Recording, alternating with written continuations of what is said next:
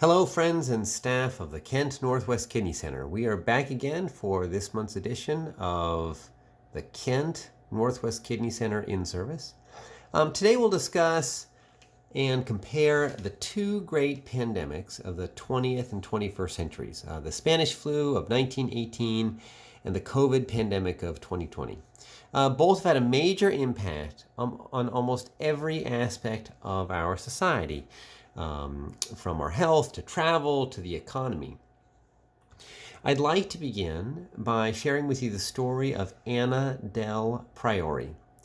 She just turned 108 years old this month and lives in New Jersey, and she recently recovered from the COVID-19 infection. If this isn't amazing enough, she also had successfully beaten the Spanish flu in 1918 when she was 6 years old. When asked how she did it, she said, "God helped me be strong, and I got good friends. I'm healthy." And then she shared with reporters her secret to longevity and good health. She said, "Be good to others, keep good friends, be honest, love God, and eat lots of hot peppers." Doubly amazing is the fact that her 105-year-old sister also survived the 1918 Spanish flu and COVID-19 infection. This is a recent photo of them together. They are double survivors of a double pandemic, which is remarkable. Okay, so public health officials and infectious disease experts have often compared COVID-19 and the 1980 so-called Spanish flu, which was the deadliest pandemic ever recorded in human history. And there are many similarities between the two, but also important differences, which we'll discuss today. So objectives, we'll compare the Spanish flu and COVID pandemics, particularly with respect to management, and we'll discuss lessons that we've learned from each pandemic. All right, so the Spanish flu was caused by H1N1 influenza's worst influenza pandemic in recorded history. 20 to 40% of the world's population became ill. Estimated 50 million people died, and nearly 675,000 people died in the United States. COVID-19 infections caused by an RNA coronavirus, the SARS-CoV-2 virus. It was first identified in Wuhan, city of Wuhan in the Hubei province of China. As of today, so September 28th, more than 33.1 million cases have been reported across 188 countries and territories. Close to 1 million deaths, and more than 23 million people have recovered from the infection. Both viruses are novel to the human race. Both viruses are brand new to the human population, which means there's no natural immunity to them. And in part, this probably explains why the fatality rates with both diseases are significantly higher than with regular seasonal influenza and prior coronavirus outbreaks. H1N1, the Spanish flu, originated in birds.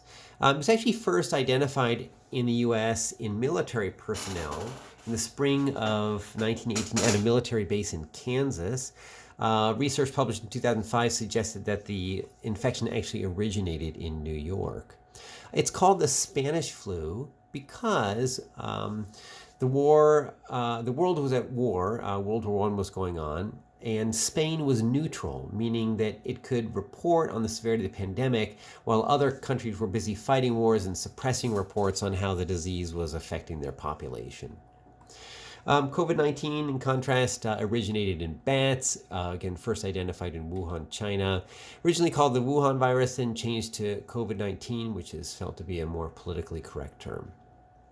Now, the global circumstances under which each infection emerged were very different. Spanish flu occurred during World War I. There was extreme crowding, particularly among the trenches, that facilitated rapid spread, particularly among the troops, and then it entered the general population from there. And after the war, when crowding dissipated, the flu virus went to the general population where people weren't as crowded together. So it probably was no longer evolutionarily desirable for it to be so virulent. But normally a virus doesn't want to kill its host. But in this case, people were packed so close together in the trenches that it probably selected for a more virulent form. There was no air travel at that time, although soldiers traveled on the world, again, because of World War I. So there's quite a bit of travel despite the lack of air travel at the time. COVID-19 infection, in contrast, did not develop during wartime, but developed in an era of global travel. It's estimated that about 430,000 people flew between China and the U.S. after COVID first appeared in China and before Trump imposed a travel ban. Both diseases spread across the globe with stunning rapidity. In the autumn of 1918, it took just 8 weeks for influenza to spread across the entire United States.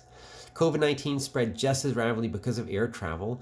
From China, it went directly to the West Coast. From China also went to Europe, which then infected the East Coast. There's slightly different strains of the COVID virus.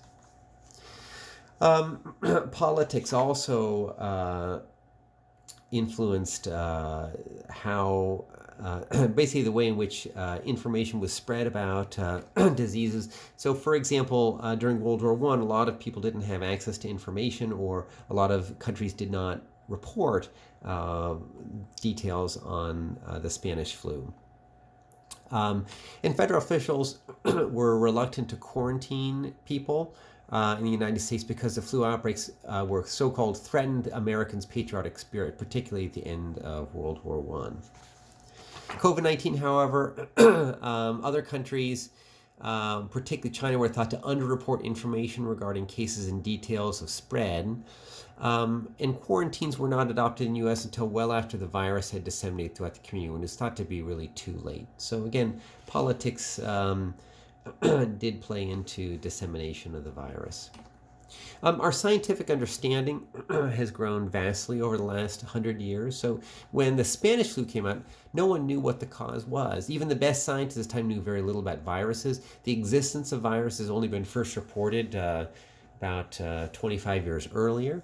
And the first known infection caused by a virus was discovered to be yellow fever in 1901. So this was not on the radar of most scientists or physicians. Most people thought the cause was bacterial. And they desperately tested all sorts of possible vaccines and treatments. They injected hundreds of thousands of soldiers, workers, citizens with mixtures of various dead bacteria sourced from the morgue as well as the lab, in hopes of coming up with a vaccine, none of which was efficacious. Interestingly, for COVID-19, within weeks, we knew the cause was a virus. Within a month, scientists had sequenced the entire genome of the virus, providing information that was very effective in our development of an effective vaccine as well as treatments. Currently, there are over 100 ongoing clinical trials worldwide of experimental drugs to fight COVID-19, and dozens of companies are working globally to develop vaccines. So, COVID-19 has emerged in an era of great scientific knowledge, so much more so than the Spanish flu. The economy in which both viruses emerged also very different. Spanish flu occurred when the USA was much more rural than it is. More than 50% of the population lived outside of major cities, in areas which were much less densely populated and therefore helped limit the spread. And at that time, cities had a much higher per capita mortality rate than the rural areas, which again fits, with the fact that low density limits spread. The main employment in a lot of these non-metropolitan areas in 1920 was mining in natural resources, coal mining, etc. And the economic contraction that occurred as a result of the pandemic was mitigated by the impact of World War I. World War I generated lots of demand that boosted economic recovery. And there was a depression in the 20s, although it was not nearly as bad as the impact of COVID-19 on the economy. So, and part of this is because we live in a much greater population density. Most people, 80%, more than 80% in the United States, live in major cities now. This allows for much faster spread of the COVID-19 virus. Most people work in the cities, so there's greater potential for economic harm. And COVID-19 has had an undeniably brutal impact on the economy. I mean, it's triggered a near total shutdown of social and economic activity and resulted in at least a 3% reduction in the global economy over the last 9 months. The scale of the infection also very different. At the time of the Spanish flu, the global population was about 1.8 billion. At its worst, the Spanish flu infected 500 million people worldwide. So basically about a third of the world's population. More than 50 million people died, again about 675,000 in the United States. And the fatality rate of the Spanish flu is generally calculated to be around 1 or 2%, which is 10 to 20 times higher than the typical seasonal influenza. COVID-19 is occurring in a much more populated world. Current population is about 7.5 billion. There have been about 33 million cases so far, again compared to 500 million with the Spanish flu. There have been slightly less than 1 million deaths, 204,000, again compared to 50 million plus deaths with the Spanish flu. And a lot of experts, including Anthony Fauci, project the fatality rate is going to be around 1% when all is said and done with the COVID-19 pandemic. Susceptible populations are different between the two pandemics. In the Spanish flu, the main targets, the main people who died were healthy adults, ages 20 to 40, basically the working population. So this potentially had a larger long-term economic impact compared with COVID-19. Mortality was also higher among young people, basically people less than 5 years age and above the age of 65. COVID-19, however, is very different. Basically, the main affected group, adults above the age of 65 with underlying health conditions. Mortality is far lower among the working age population.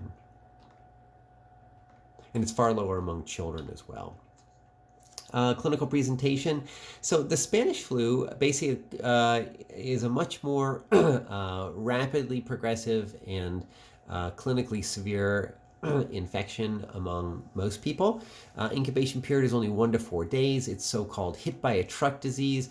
People can almost tell you the hour that they start to feel really sick. They have fevers, chills, muscle aches, and often can develop shortness of breath at its worst, leading to respiratory failure. COVID-19, on the other hand, incubation period is longer, 4 to 14 days. And interestingly, it's often asymptomatic. Up to 50% of cases are asymptomatic. As with the flu, people can have fever, chills, muscle aches, abnormal sense of taste and smell. And it too can go on to develop, to progress to respiratory failure. So respiratory failure is the main cause of death in both the Spanish flu and COVID-19. Sometimes people referred to the Spanish flu as the purple death because the worst symptom known was this so-called heliotrope cyanosis. The lungs were starved of oxygen, people would turn purple, black, or blue. And interestingly, the H1N1 virus has been shown to rapidly reproduce and remain in the lungs. So one study found, for example, in mice that the level of the H1N1 virus was 39,000 times higher compared to within the tissue of the lungs compared to other forms of influenza. So that really tropic for the lungs. COVID-19 main cause of death also is respiratory failure, and it incites basically a massive immune response, which your body makes all those sorts of stress hormones that basically target the lung tissue. You get terrible swelling and inflammation within the lungs, leading to a severe pneumonia, oxygen deprivation, and death. So in both cases, this is a respiratory virus. Deaths by age group, basically Spanish influenza affected primarily younger people, as I mentioned earlier. So this is a graph demonstrating mortality associated with the Spanish flu in New York City by age group. So 0 to 14 years, 15 to 44 years, 45 to 64 years, 65 to 74 years, and the 75 plus age group. And you can see here that almost all the deaths were in the 15 to 44 age group, and the second occurred in children, and much fewer deaths in the older population. And that's completely different than with the COVID pandemic. Same age groups basically, and you can see that the vast majority of deaths occur in the older population. Very few, almost no deaths occur in children. Okay, treatment for the two infections, back when the Spanish flu was around, was entirely supportive. I mean, they didn't have any ventilators, they didn't have antiviral agents, they didn't have antibiotics, they didn't have supplemental oxygen. There was really poor hospital access at the time, and basically a lot of the physicians, in fact, most physicians today were with the troops, leaving medical students behind to take care of the influenza patients. COVID-19, however, we have all sorts of treatments. There's remdesivir, which is that antiviral medication that we talked about previously. It's been shown that the administration of steroids can reduce the severity of the inflammation in the lungs and reduce mortality in people who have respiratory symptoms. Of course, we have ventilators, we have supplemental oxygen, we have antibiotics in case patients develop a secondary bacterial superinfection. We have excellent hospital access. We have global testing, which is readily available. And of course, we have ongoing vaccine development. So, part of the reason why there have been a lot fewer deaths with the COVID-19 pandemic is because we have so much more medical resources available than they had at the time of the Spanish flu. Interestingly, one of the primary pharmacologic treatments for the Spanish flu was aspirin. Aspirin had been trademarked by Bayer in 1899, but the patent ran out in 1917, which allowed companies to begin manufacturing it during the pandemic. And at the time, basically medical professionals were recommending up to 30 grams of aspirin daily, which we know is toxic. Anywhere above 4 grams is basically considered to be unsafe. So people were getting 7 times the recommended dose of aspirin. And aspirin poisoning often produces hyperventilation. People breathe really fast, they have pulmonary edema or fluid in their lungs. And so many historians believe that many of the deaths from the Spanish flu were actually caused or at least accelerated by aspirin poisoning. Okay, so there were a lot of preventative measures taken both at the time of the Spanish flu as well as the COVID pandemic. So specifically looking at preventative measures by the Spanish flu in October of 1980, all private and public dances were canceled. Police were required to enforce the anti-spitting ordinance with the utmost strictness, penalty of arrest. No dancing, no spitting, and no gathering was the police motto at the time. Voluntary quarantine was encouraged, but not required. Also, regarding the Spanish flu, pretty much all countries, USA and European countries, closed schools and churches, suspended public gatherings. Doctors encouraged social distancing, but the measures were implemented too late. They would have imposed travel restrictions that people could have traveled, but they really couldn't travel because World War I was going on. Another thing is a lot of people weren't actually aware that there was a pandemic going on because of wartime censorship. And of course, there was no vaccine available at the time. The first flu vaccine became available in the 1940s. COVID-19, we had widely disseminated information available to the public. There was been a global quarantine, of course, travel restrictions, masks, and vaccine development. So back to our local response to the Spanish flu, churches, theaters, pool rooms, libraries were all closed, cafes, restaurants, schools closed. Basically, any business that stayed open was required to prevent crowding. And there was a police chief that created a special influenza squad in Seattle to enforce a closure order and gathering ban. Arrests were made. If you were caught spitting in public, you were arrested. If you were the owner of a shop and you failed to use hot water to wash your dishes and utensils, you would be arrested. If you partook in any social gathering of any kind, you could be arrested. And of course, not everyone agreed with this approach. So for example, this is Frank B. Cooper. He was superintendent of the Seattle schools, and he thought that school closure was unwise. As he said, I consider it more dangerous to have children running around the streets loose than to have them in school where they will be under strict medical supervision. And a lot of business owners, theater and restaurants were upset at not having been consulted or notified sooner of the closure order. Masks, of course, were uh, insisted upon at the time of the Spanish flu. And one man, a salesman for KB Doll Toy Company, basically wrote "Buy KB dolls" printed across his mask. And the Post-Intelligencer at the time suggested that political candidates use this idea to print campaign slogans across the mask. And that is something that we've seen as well. I've seen quite a few political commentaries on people's masks. The response to COVID-19 has been similar. Quarantine for all non-essential workers, closure of restaurants, churches, nearly all businesses. Initially, masks were not recommended, but then they were later recommended. We have widespread testing and contact tracing as well. And we've also, at least the government introduces these so-called phases of reopening, and we were not so organized in the Seattle flu pandemic of 1918 to do the same. Basically, most of you are familiar with the phases of reopening.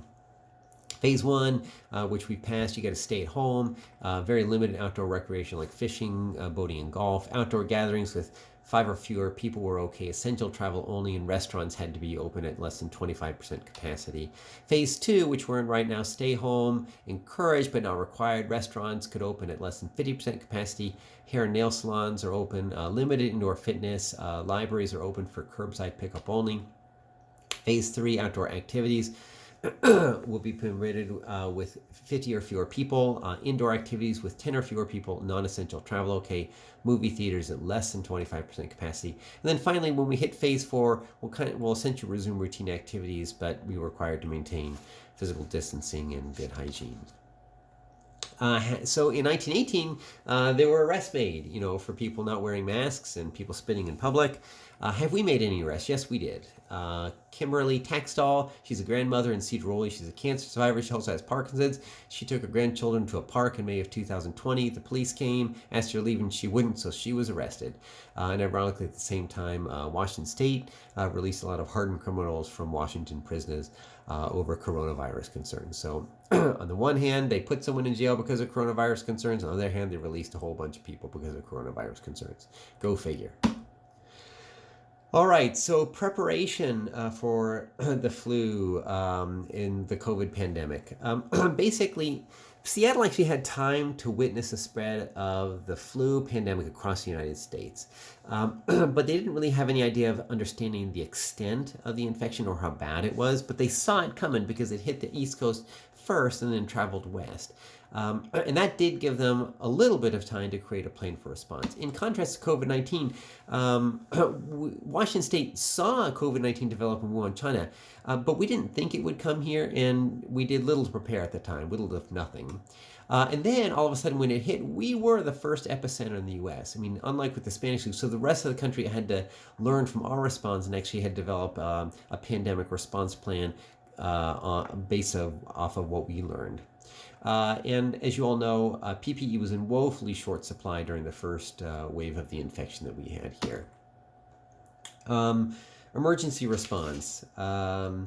Basically, for the Spanish flu, the Seattle City Council approved $5,000 for pandemic work, which was a lot of money back then. They also took the top floor of the old King County Courthouse and converted it into an emergency hospital. By comparison, for COVID-19, Washington State has thus far spent hundreds of millions of dollars on a COVID response plan. And they also converted Century League Field into an emergency hospital, which just last month in August was dismantled because it was not needed. Okay, so government preparation. So one lesson that we've learned is that governments have the responsibility to prepare for a pandemic, and they really have an obligation to invest in public health systems to protect citizens, as well as to respond to it when a pandemic happens. And in both cases, both federal and local governments were woefully prepared for this pandemic. Okay, vaccine development. In October 2018, in Seattle, we inoculated 30,000 shipyard workers, 10% of the population, with anti-influenza serum, which was wholly ineffective. Again, we thought it was a bacterial infection, so we were giving them bacterial protein. So we tried to come up with a vaccine, but it was not effective. COVID-19 vaccine development is an ongoing global effort. Seattle is participating in research trials. Both China and Russia, incidentally, have already distributed their vaccines and sold it to other countries, including India, although it's not well tested. Bit of a gamble on their part. Okay, second wave. So there was definitely a second wave of the Spanish flu. So basically, in November of 2018, the war against Germany was over. And the Seattle mayor announced an end to all the closures, gathering bans, the reopening of schools. There were parades, rescinded the mask order, and everyone celebrated. So they burned the masks, the public came out in droves, and they thought that the war was over, the pandemic was over, everything was great.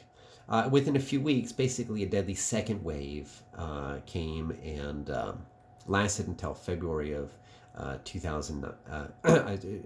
Second wave.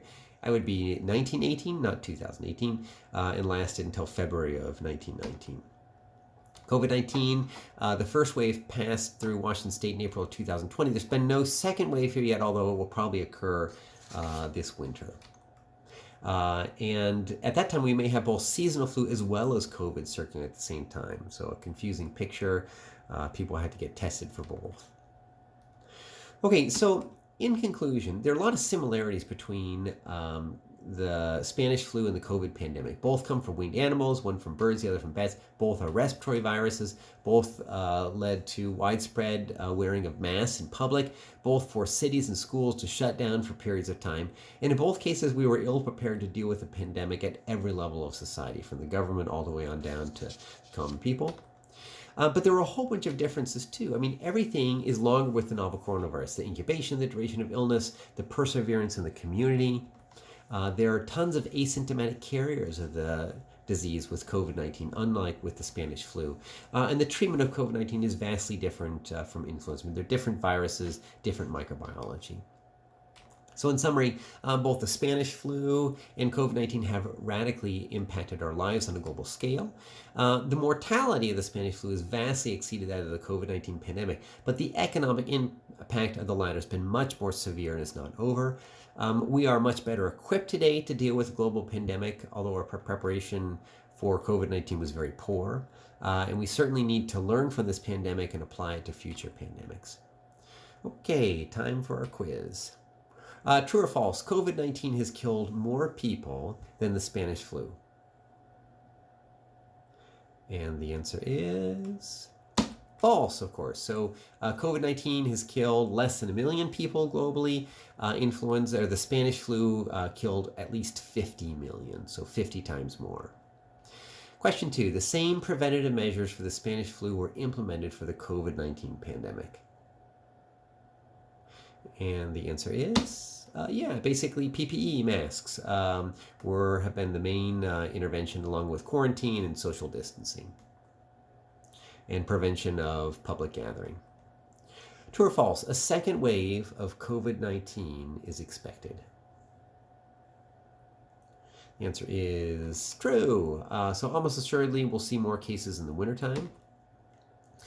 Next question. Flying creatures were thought to be the sources of infection for both the Spanish flu and COVID-19. And the answer is true. Yes, birds were thought to be the source for the Spanish flu, and bats the source for COVID-19. I wrote that wrong there. Which infection has caused greater economic hardship? And that one is clearly the COVID-19. We live in a much more metropolitan community where much less rural and agrarian. So COVID-19 has definitely had a much larger impact. And that brings us to the end of today's in-service. Thank you so much for listening. Until next month, have a great day. Bye-bye.